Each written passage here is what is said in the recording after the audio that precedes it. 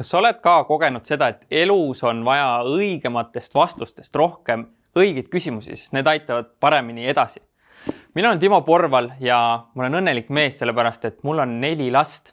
Mul on poeg Kristo, kes käib algklassides. Siis on mul teismeikka jõudnud digiagentuur Lavi. Siis on 2 sellist ägedat pätakat kaksikut nagu Turunduslabor ja Podcast Exporti, mis alles käima õpivad.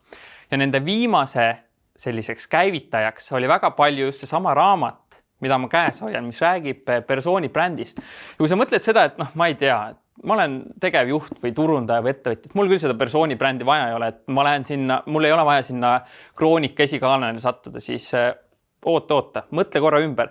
Persooni brändi on sul vaja küll, sellepärast et täna on vaja eristuda, täna on vaja silma paista ja mitte siis see, et kõik Selveris ja Rimides su juurde tuleks ja allkirja küsiks, vaid just tegelikult enda ringkonnas. Ja nii nagu ma kohe alguses mainisin, siis sul on vaja õigeid küsimusi ja see raamat andis mulle 100 nagu väga head küsimust. Ja see raamat on minu jaoks niivõrd oluline, et ma võtsin selle oma puhkusereisile kaasa ja siis ma seda seal täitsin usinasti niimoodi, et käisin vahepeal surfasin, siis jälle täitsin. Kui küsimused olid liiga rasked, siis ma mõtlesin, panin raamatu kõrvale, tulin selle juurde uuesti tagasi. Aga reisi lõpuks oli mul siis enda persooni bränd välja mõeldud ja läbi mõeldud ja just seesama, et miks ma midagi teen. Mitte see, et lihtsalt teen LinkedIni konto natuke korda või teen oma Instagrami konto lahti või lähen hoopis TikToki või mis iganes.